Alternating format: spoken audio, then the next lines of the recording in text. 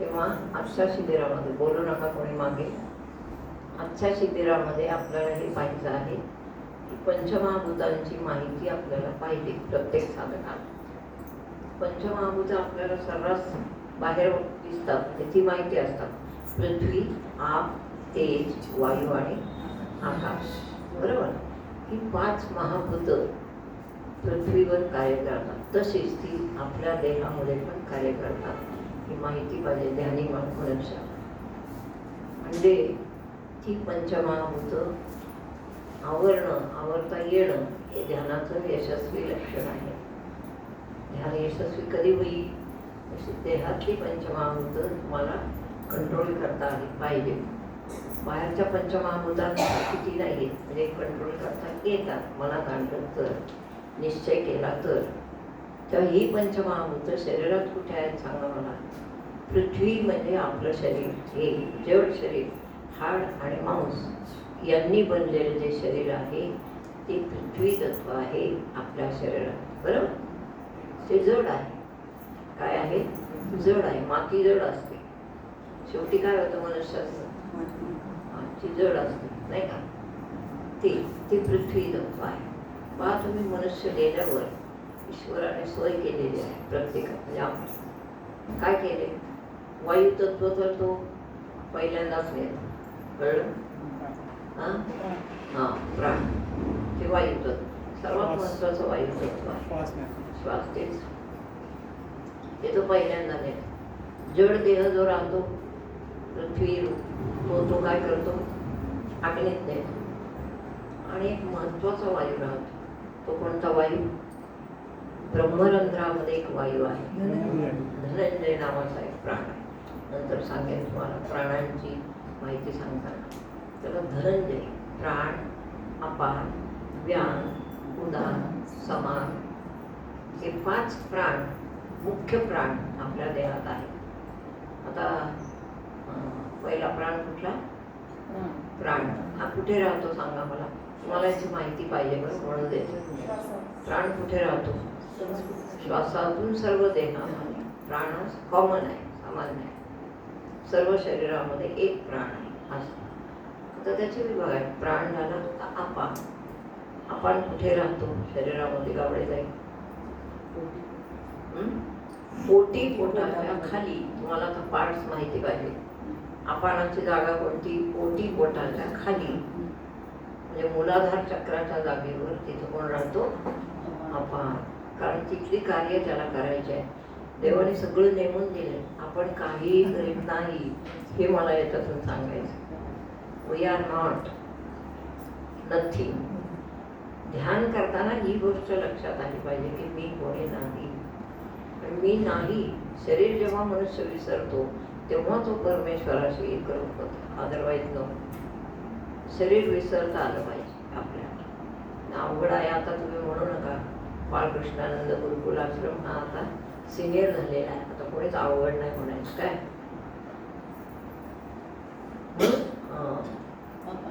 अपान कुठे राहतो? पोटी, पोटाच्या खाली. त्याची कार्य आहेत. वायू बाहेर सरकवून नेणे आणि मलमूत्र विसर्जन करणे हे त्यांच्याकडे दिलंय. कोणी दिले? ते प्रामाणिकपणे आयुष्यभर करतात की नाही सांगा. तिथं काय तुम्ही काय टोचा बिचा घालून काय करतो का आपण करत तरी ते होतं. बरोबर. दुसरी गोष्ट, प्राण झाला, अपान झाला. आता व्यान नावाचा प्राण आहे. व्यान प्राणीचे टाळू बाहेर राहतो, जो सर्वात शेवटी जातो त्यालाच ते धनंजय नाव आहे. पण तो इथे आहे आणि त्याचं कार्य काय आहे? आपल्या शरीराच्या बाजूने इकडून कडेने शरीराचं रक्षण करणे. आता समजा कोणाला चक्कर आली तरी तो मनुष्य असा पटकन पडत नाही. तो काय करतो? असा असा असा असा धरतो आणि मग बसतो. कळलं? ते जे पटकन पडत नाही हे व्यानाचं कार्य आहे. शरीराचं रक्षण करणे, समतोल सांभाळणे, बॅलन्स सांभाळणे. प्राण, अपान, उदान. व्यान. आता उदान प्राण. शरीरातल्या सर्व प्राणांपैकी उदान प्राणाचं कार्य सर्वात महत्वाचं आहे. कोणता कुठं राहतो उदाहरण प्राण? हे बघा माझी बोट पहा, या गळ्याच्या भोवती आणि इथे उदाहरण प्राण राहतो, ज्याचं कार्य प्राणोत्क्रमणाच्या वेळेला म्हणजे शेवटी असतं, प्राण जाण्याच्या वेळेला. आता तर तो आपल्या सहकार्य करतो, अन्न गिळण्याची प्रक्रिया, पाणी गिळण्याची प्रक्रिया, याचं नाव उदाहरण प्राण. गिळणे, उचकी लागणे, म्हणजे काय शरीरात आत बाहेर जे काही योग्य घालायचं ते घालणे, बाकीचं बाहेर, हे उदाहरण. सर्वात महत्वाचं काम प्राणोत्क्रमणाच्या वेळी म्हणजे शेवटी. शेवटी मनुष्याची मज्जा असते. मज्जा म्हणजे काय? मनुष्याचा उदाहरण प्राण शेवटी कुठं आहे, कसा आहे, त्याच्यावर तो कोण आहे आणि कसा गेला हे ठेवतो. उदाहरण प्राण ज्याचा शुद्ध आहे, म्हणजे आता आपण ध्यान करतो शुद्धच असतं, तेव्हा इथे शुद्ध आहे. शुद्ध कसा ठेवायचा? प्रमाणापेक्षा अन्न जास्त न जाणे याची जाणीव ठेवा प्रत्येकाने आपल्या. आपलं पोट भरलंय असं वाटलं की ताबडतोब जेवण थांबवणे. आपण वरून जे परत थोडंसं खातो त्याची हे पाळलं पाहिजे तुम्हाला. त्याला इलाज नाही, मी तर सांगून बसते, प्रत्येक वेळेस सांगते, पण तुम्हाला ते पाळलंच पाहिजे. जर आपण अजून चतकोर भाकरीची भूक आहे, चतकोर पोळीची भूक आहे, तरी जर ती टाळली तर उदाहरण प्राण पूर्ण आयुष्यभर आपल्याला सांगते. का बरं? जर आपण खूप खाल्लं तर काय होतं? जोरजोरात ढेकर, उचकी, मग उलटी, मग आणखी काय. असा तो उदाहरण प्राण थांबत नाही. त्याला जर प्रमाणात अन्न इथे दिलं तर तो तिथे सुखी राहतो. आपल्या शिष्यांचं एकच काम आहे साधकांचं, की आपण आता घेऊ नये तो वसा घेतलाय ना, जगामध्ये हा वसा कोणी घेत नाही. क्वचित काही माणसं असतात जी हा वसा घेऊन चालली जन्मभर. ते आम्हाला खूप आवडतं, कारण आम्ही तेच केले ना, आम्ही घेतलायच वसा. तर वसा घेणे आणि आपल्या गुरूंची कृपा आपल्यावर असणे ही दोन कामं आपल्याला आहेत. त्याच्यानुसार शरीराची स्थिती ही जर आपण नीट ठेवली, ते आपल्या हातात आहे, ते तुमच्या कंट्रोलमध्ये ठेवा. हातात आहे पण मन ऐकत नाही, ते सांगते नंतर. मग उदाहरण प्राण त्यामुळं प्रसन्न राहत आणि ढेकर येत नाही, उचकी लागत नाही, काही असं अपरिमित होत नाही. तेव्हा समजायचं उदाहरण प्राण प्रसन्न आहे. आणि असं जर झालं तर रात्री झोप शांत लागते, पडता क्षणी झोप लागते, तेव्हा समजायचं सगळे प्राण व्यवस्थित आहे. कळलं? प्राण अपान, अपानाचं सांगितलंय का? उदान. आता प्राण अपान व्यास उदान समान. तर समान प्राण कुठे राहतो? आपली नाभिस्थान म्हणजे बेंबी, मणिपूर चक्र. तिथपासून उजव्या बाजूला हात फिरवा सर्वांनी. उजवा हात नाभिस्थानापाशी लावा आणि तिथून असा उजवीकडे फिरवा फिरवा फिरवा फिरवा, पूर्ण कमरेला वेढा घालून असा इथे येऊन पुन्हा नाभिस्थानापाशी मिळणारा असा आपला हा प्राण आहे. समान. समान समान म्हणजे काय? सारखं. सगळ्या पोटाच्या बाजूने, कमरेच्या बाजूने तो काही वाढू न देण्यासाठी सर्व बाजूने वेढा घालून या ठिकाणी बसलेला आहे, आपल्या शरीराचं संरक्षण करण्यासाठी. तर तो कसा शांत राहील?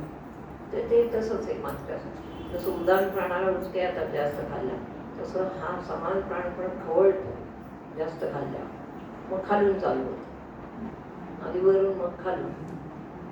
शरीर बेडप नका करू, शरीर चांगलं ठेवा स्वतःच, आपल्या हातात आहे. आणि शरीर प्रकृती ज्याची जशी त्याचंच ते राहतं, पण आपण थोडंसं कंट्रोल करून चालूया. मग समान प्राणाचा उपयोग काय आहे?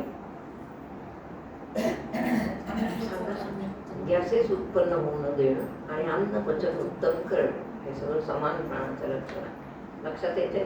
तुमच्या दोघांसाठी सांगितलं आधीच. प्राणापान समायुक्त. प्राण अपान व्यान. व्यान झाला, उदान आणि समान झाले, 5 प्राण झाले. हे पंचमुख्य प्राण शरीरावर कार्य करतात. आजचा विषय आवडतोय? नसलं आवडत तरी सांगणं गरजेचं आहे. हे प्राण जे आहे ते आपल्या खरंच खूप ह्याचे उपयोगाचे आहे. प्राणावर पहिल्यापासून लक्ष दिलं तर ते उत्तम होतं. पंच मुख्य प्राण झाले, आता पंच उपप्राण. प्रत्येक हेडमास्टर जर असेल तर त्यांना असिस्टंट हेडमास्टर लागतात, का जो कोणी असेल त्याला लागतंच कोणीतरी. तसं इथे केलेलं आहे देवाने. मुख्य प्राण आहे, त्याला असिस्टंट केला कोण? प्राण नाग नावाचा उपप्राण घ्या. बरं, आता मी आता चालले. नाग नावाचा, ही सगळी माहिती मी का सांगते? प्रत्येकाने स्वतःच्या शरीरातच शोधायचं आहे. शरीर माध्यम खडधर्म साधन. शरीर उत्तम असेल तर धर्म साधायला कुठलाही अडथळा येत नाही. बाहेरचे अडथळे कमी असतात, आपलेच अडथळे जास्त असतात. मग प्राण झाल्यावर नाग नावाचा उपप्राण पाहता. पंच उपप्राण. नाग नावाचा उपप्राण कुठे राहतो? आपल्या ध्यानावर येते आता हळूहळू. मूलाधार चक्र. मूलाधार चक्र कुठे आहे? एकदम आपण बसतोय ना, कधी बैठक आहे तिथे खाली मूलाधार चक्र आहे, जिथे जिथून कुंडलिनी शक्ती वर चालू होते. संपूर्ण शरीराचा आराखडा आता सांगते. हे आवडत आहे ना का नाही? जाऊ दे, चेरकर का फिरकर हे तुम्हाला माहिती पाहिजे. मग मूलाधार चक्रापाशी तो राहतो कोण? नाग नावाचा. नाग काय आहे सांगा मला. म्हणजे आपण ध्यानाला बसलो की असं शंका आले पाहिजे तुम्हाला, शिका बरं देवात कुठं नाग आहे? कुठं नाग काय वळवळतो का कधी? काय तरी त्याला नाग नावाचा उपप्राण असं. म्हणजे त्याच ठिकाणी कुंडलिनी शक्तीची सुरुवात होते. किंबहुना ती नाग नावाचा उपप्राण म्हणजे कुंडलिनी शक्ती 3.5 वेळे घालून तिथे बसलेली आहे. आत डोकं घालून. आता तुमच्या कोणाचं ते डोकं आत नाही, तुमच्या डोकं वरती उभी. मग ती 3.5 वेळे घालून शक्ती बसली, ती नाग नावाच्या उपप्राणापाशी. आणि दुसरी गोष्ट, प्रत्येक वेळेला घेतलेला श्वास पाहणे टाळा. प्रत्येक वेळेला घेतलेला श्वास हा इथून जातो आणि पोटाच्या तिथे म्हणजे नाभिस्थानाजवळ उजव्या बाजूने या मूलाधार चक्रापाशी जातो, जिथे नाग नावाचा उपप्राण आहे. त्या नाग नावाच्या उपप्राणाला वरून गेलेला श्वास मिळाला रे मिळाला की एक इच्छा निर्माण होते. देव फार हुशार आहे, तुम्हाला काय सांगणे लागून द्यायचं. एक श्वास गेला एवढा,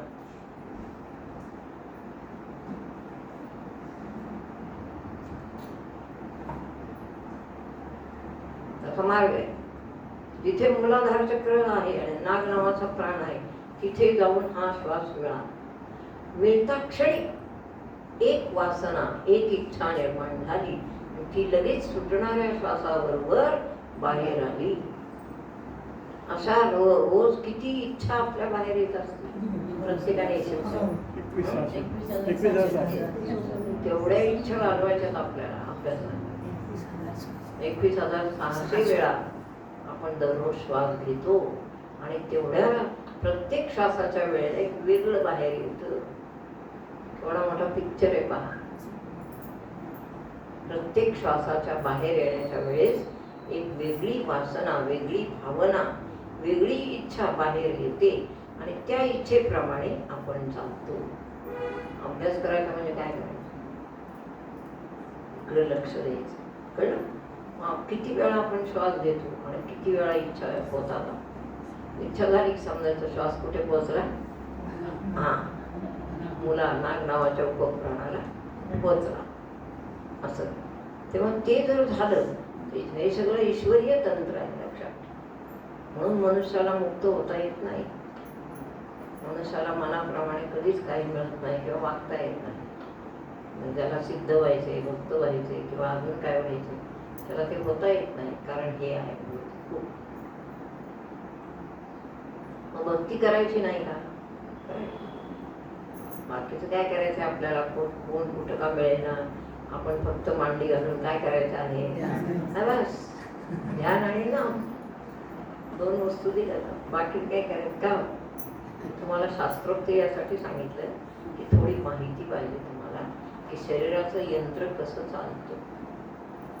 मग तो गेलेला श्वास मिळाल्याबरोबर बाहेर आल्याबरोबर हजारो वासना त्याच्याबरोबर बाहेर आल्या. असं म्हणून आयुष्यभर आपण कोणीच मनुष्य आयुष्यभर ईश्वराचं नाम घेऊ शकत नाही, कारण तो वासनांनीच लिडबिडलेला आहे. कळत? मग सद्गुरू भेटले अचानक. कसे भेटले सद्गुरू?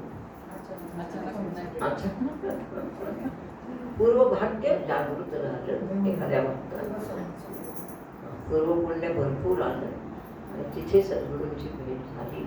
इथं काय फार तुमच्या आयुष्य पूर्ण बदलून टाकणारा हा संधी काळ आहे, बदलून टाकणारा क्षण आहे. मग सद्गुरूराज भेटले आणि त्यांनी ही सगळी माहिती दिली. त्यांनी आपली जबाबदारी घेतली. पण जबाबदारी म्हणजे काय सांगा मला? घेतली पुढं. पण मग अभ्यास कोण करायचा? जबाबदारी घेतो आपण. पण सद्गुरूंची साक्ष वाचून सुद्धा म्हणजे हे कळून सुद्धा सहवास मिळून सुद्धा मुक्त होता येत नाही. त्याचं कारण काय? त्याचं कारण आहे आपला हा अभ्यास कमी कळून. ध्यानाची बैठक घातली की लक्ष द्यायचं पहिलं. हे बघा, श्वास आत चालू, इथून आत गेला, तो कसा जातो तिकडे एकदा लक्ष द्यायचं रोज. म्हणजे श्वासावर आपलं नियंत्रण येतं हळूहळू. किती वेळा जन्मा यावे, किती व्हावे कधी, तसे किती श्वास फुकट सोडावे, एक एक श्वासाचं हे आहे, महत्व आहे. म्हणून श्वास घेतला की त्याच्यावर नियंत्रण पाहिजे.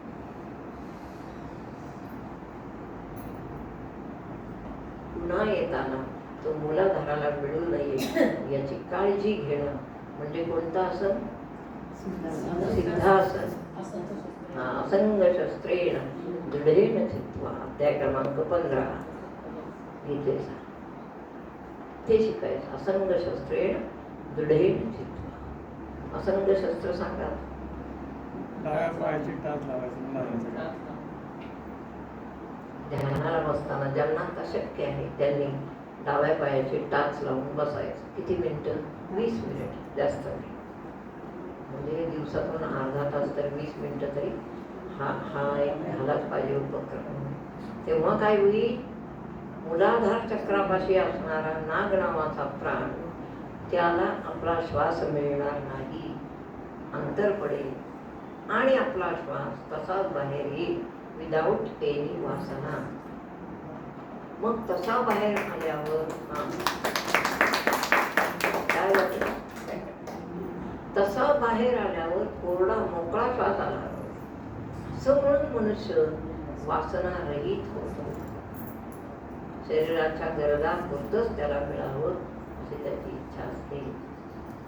गरजेच्या बाहेर मिळवण्याचा हव्यास त्याला होत नाही. ही त्याची लक्षण आहे. संत प्रवृत्ती ज्या झाल्या त्या अशा असतात. हा, संतांचं लक्षण. हो, आपण लवकर संत सगळ्यांना नाही माहिती. मला तर असं वाटतं तुम्ही सगळ्यांनी प्रयत्न केले पाहिजे.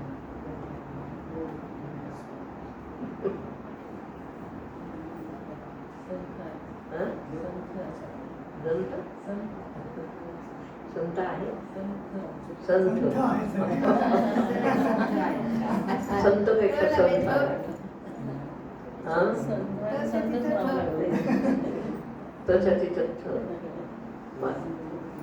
पण हे केलं ना जर तर सुख होतं. पण आई आता आपण ध्यानात बसतो आणि जिवंतपणीच आपली वासना किंवा आपली इच्छा कशातच अडकत नाही याचा अनुभव येतो. तेव्हा मनुष्य खरा स्वतंत्र आहे. कशातच इच्छा अडकत नाही. कळलं? पुढे फार आवड झाली काय? कुठे आपण आलो होतो? नाग नावाचा उपप्राण. आता पुढे सुनेकर नाग कूर्म कृकुल. कूर्म नावाचा प्राण असतो. कूर्म नावाचा प्राण आता पुढच्या बाजूने थोडंसं वर यायचं, म्हणजे ओटी पोटाच्या तिथे खाली कूर्म नावाचा कूर्म म्हणजे कासव. मंदिरात जाण्यासाठी आधी कोण असतं? एकच मंदिर जिथं कासवच नाही. कासव का असतं सांगा बरं?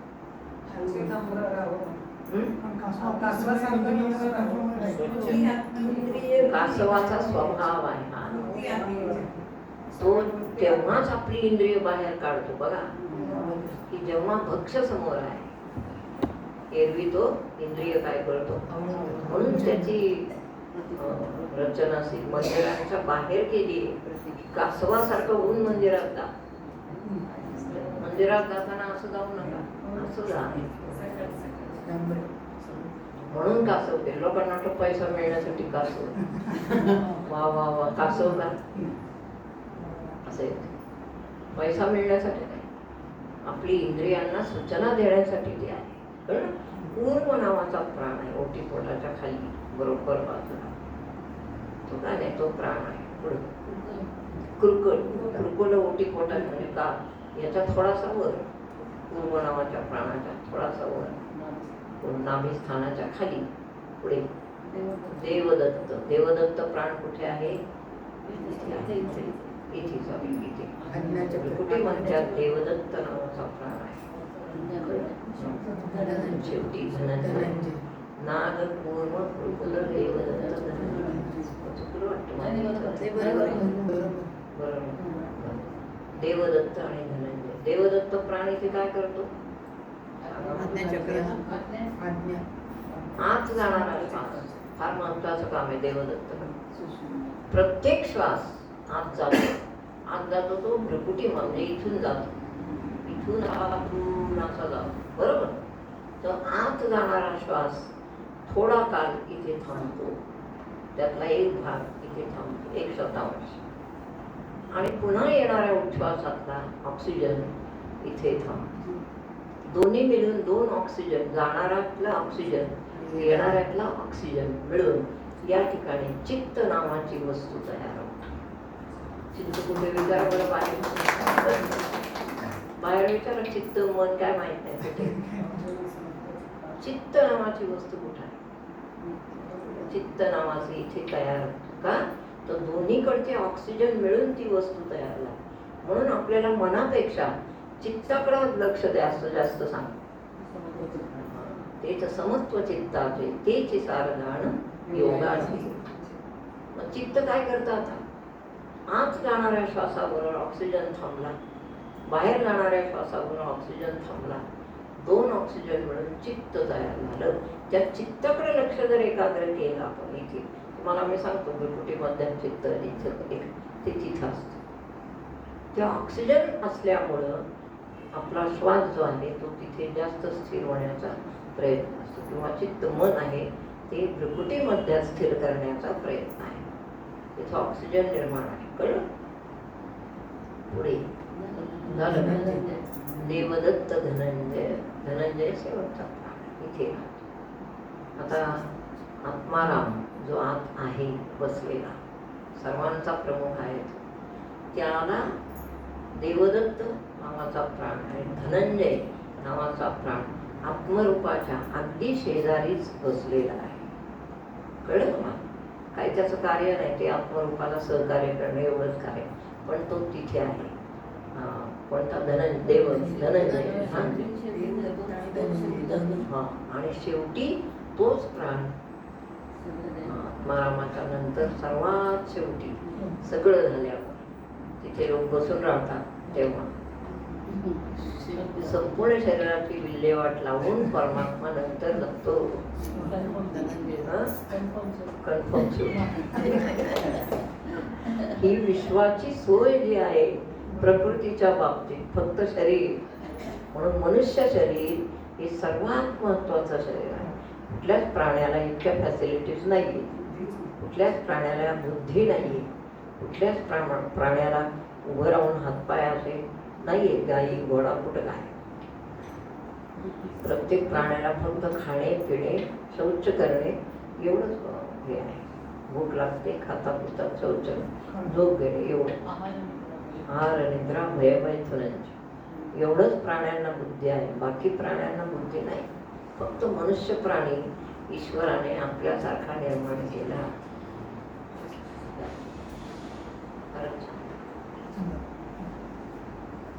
मला वाटलं भाषण करायला हो जा. तू वेळ काढला हेच खूप नाही. कळलं तुम्हाला? थोडा अवघड पोर्शन घेतला पण सर्वांना माहिती आहे. लक्ष्मी श्रोते अत्यंत कधी सुंदर होता. हां म्हणजे तुम्ही आता हे सांगितलं आता ते पाणी आहे. कधी त्यांना मनुष्य देह मिळणार, हो. कधी सद्गुरू मिळणार, कधी मुक्ती मिळणार. पहा. अवघड आहे. थँक्यू. म्हणून मनुष्य देह